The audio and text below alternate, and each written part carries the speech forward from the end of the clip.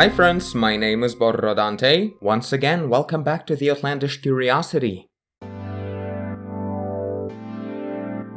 So, Kevin gave a feedback. He said he's pretty much happy with everything except for the top part of the female spring folly. Like these leaves, they look weird. We should turn them into a big beautiful flower. Like the actual orchid or something like that. So let's do that and then move on to the next subject. So the point is that this flower is kind of closed into a whatever they call it. And when the time comes, the time to cover the seeds, the flower is opening up and closing the basket this way. So it's kind of really beautiful. Period of developing of the seeds is the period of the bloom of the flower. So it's kind of cool. So let's see. It should be a beautiful flower, but it should be like really closed a lot. So we could see that it's not an obstacle for the seeds to get into the basket. That's interesting. So it kind of should look like this, but we'll fancify it a little bit so it will look more interesting. So let's see, the main axis is here. Oh my god, arm, wake up. And the flower?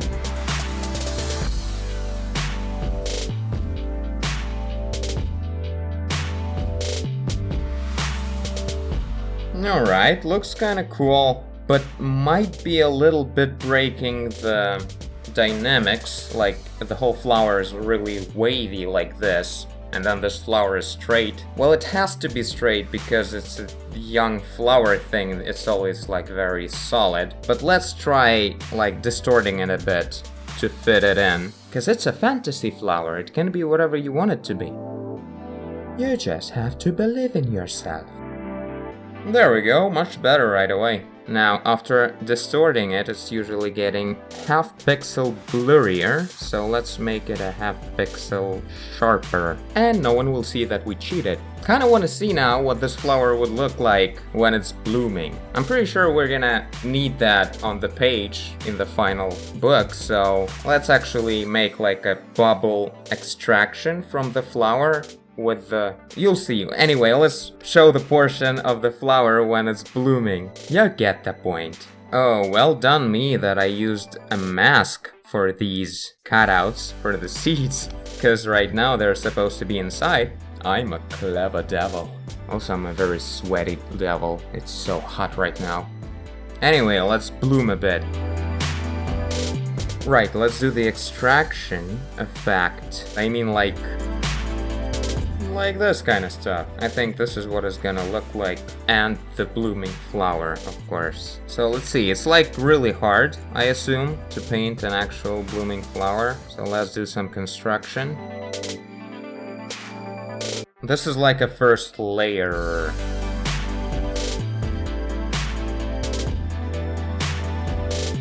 And some of these, of course.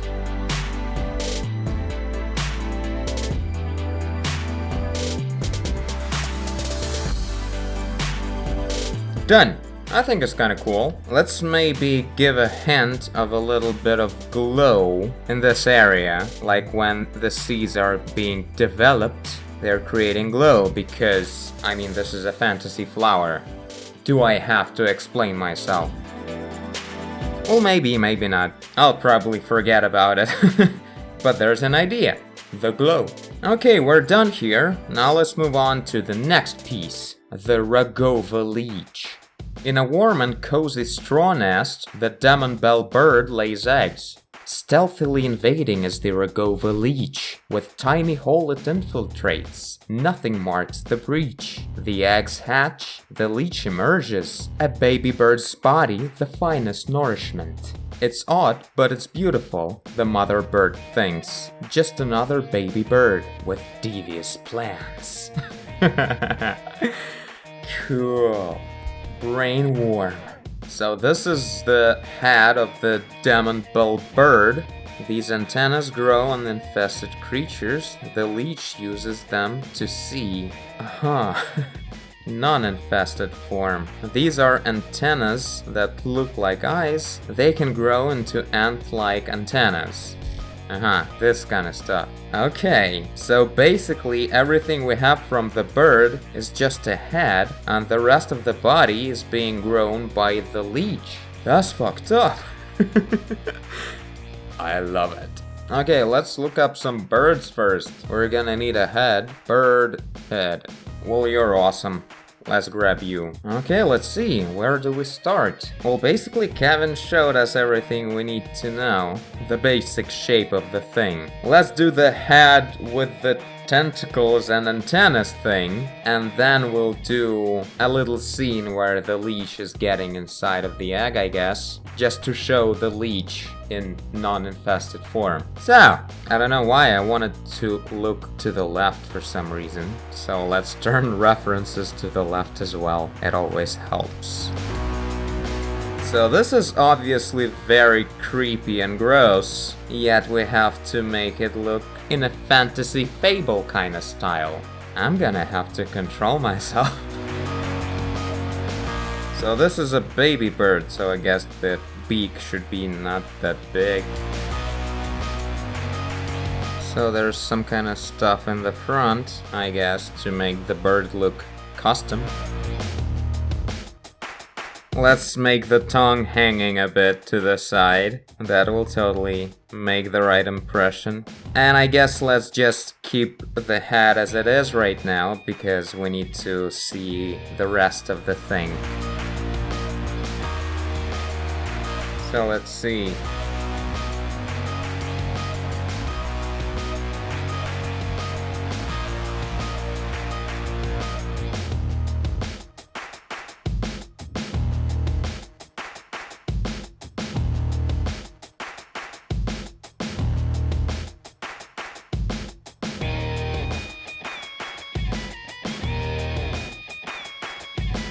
Okay, so here is the original concept. But I have a thought. I might regret this because it's hard, but I think we should add the wings. It will look really cool with the wings, and it will also hide the tentacles of the leech, so it will look more stealthy. Let's give it a try. Let's add wings on top of this concept. Aww. Gross. Okay, so let's see. It kind of should be from this angle. So there should be a bit more of the bird in here, kind of like this. Let's work on the shape a bit better.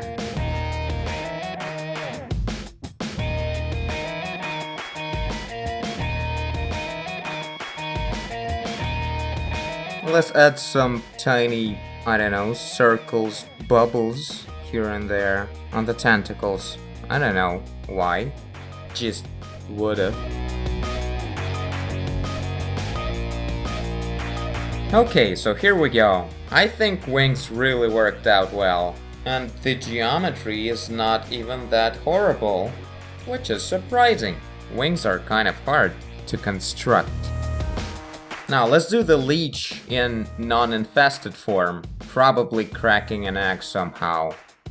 We'll see. So the eyes are contracted back into the head, the antennas, and they form the eyes. And the tentacles, and then some kind of a shape for the head. Let's do this. Okay, let's start with the eggs, or just with the spheres. So there's a tiny stealthy hole in the egg. Now, it should be kind of small, and it should feel like it can squeeze itself through this tiny hole. So it shouldn't be very skeleton-y. It should be kind of soft looking.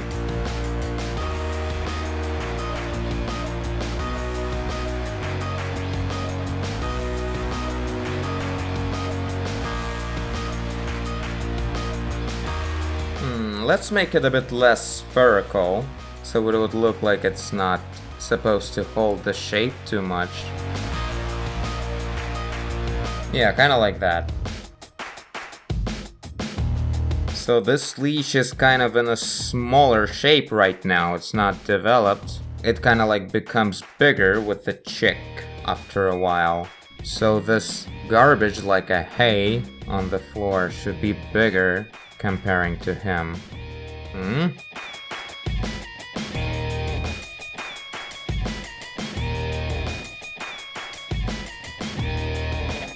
Okay, done with this. I think it turned out really fun. And I can't even think straight because it's so goddamn hot right now. I don't know why, it's like super late. It's 1 a.m. and I feel like I'm in a microwave. I mean, this is a very interesting experience of working in this kind of environment, but I think I need a bit of a break. If I'll manage to cool myself down, we'll continue with the next character. But this one, I think it turned out really cool. Wings or no wings? I don't know, let's see what Kevin says. I think both versions are kind of well put. Depends on the writer. Well, yeah, we'll go get that break then. I've just chased a gigantic mosquito all over my apartment for like 20 minutes. That sort of refreshed me. Let's give it a go with another character. If anything, it's gonna be like a low detail sketch, just to begin with. Capronis. When I crossed the water from the vantage point of the bridge, I observed a truly magnificent sight to behold. Before me, a childhood dream came true. I was in such awe that I caught myself gawking with an open mouth at what unfolded before me. There, struck between two protruding river rocks, were the Capronis interlocking their tails into a net-like structure. They had but to open their mouths, and a miscellanea of edibles came flooding in. Unfortunately, my beloved species are threatened with extinction, all because of those dreadful bogweed freaks, whose filthy, slimy dreads clog up with the gills of the Capronis, forcing them to detach and regroup downstream. The way up is quite the obstacle course, often claiming multiple casualties. Okay, so there are two really big and beautiful fishes that connect to each other with their tails to create like a net for miscellanea of edibles to feast on. Alright, so between two rocks there are two fishes. I'm trying to comprehend the idea, but of course the main importance is what would they look like at all? Okay, let's see. So let's create a new grid. Because I assume these guys are supposed to be kind of big, and for that we should look at them not from the top, but more of a horizontally, I suppose.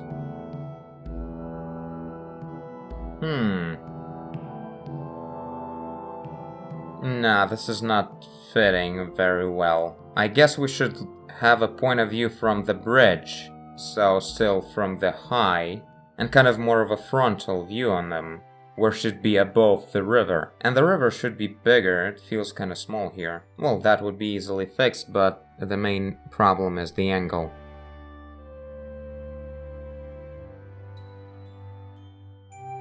Okay, so here's the angle. Here are the rocks and the river. Now let's think. So there are two types of the tail connections Kevin proposed. Like this twist, when two tails are twisting together, or when there are like two fans that are like connect with each other like this, and this is where they're collecting the fish. Well, this seems like a more functional thing, but the first one, the twist, looks prettier.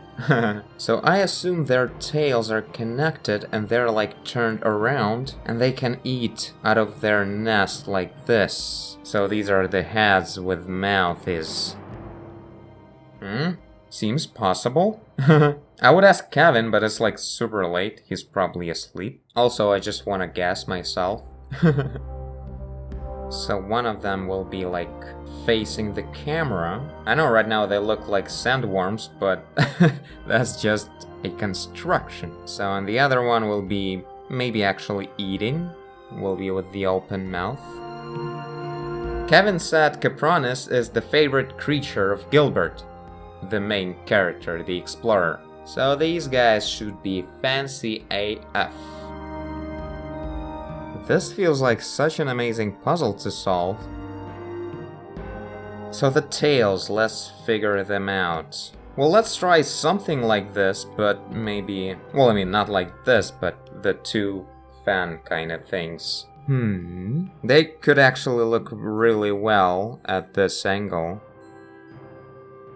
I'm not thinking about the water level right now. It's gonna be all kind of like drowned into the water. But we'll make it like very transparent so we would see well. So this guy is twisted so strongly. Let's straighten him up a little bit. This way we'll also kind of see a little bit of his face, which is good.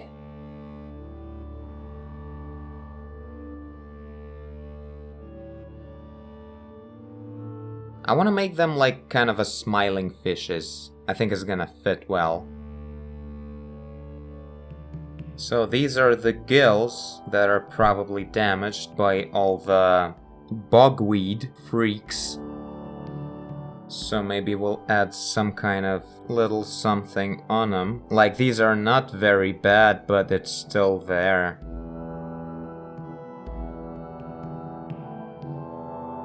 So I guess this kind of stuff for now. I guess it's best to keep it this way today and see what Kevin says and continue the next time when my brain won't be melted so much. My biggest question is about these forks of tails. I mean, if the whole logic of it is correct, then we'll just redraw it a lot nicer than this, because right now it's really just forks.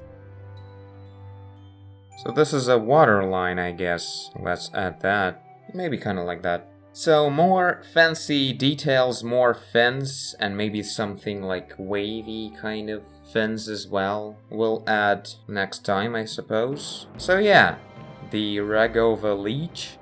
That turned out really impressive, actually. Kinda cool. And the fishes are still in progress. Tell me what you think. Maybe you have some references for the fishes. Maybe from a video game or something. But anyway, I thank you for watching if you did. I guess you did if you're here. Leave a like and subscribe. Tell a friend. Buy me an air conditioner. Do whatever you want. And I will see you in the next one. Bye!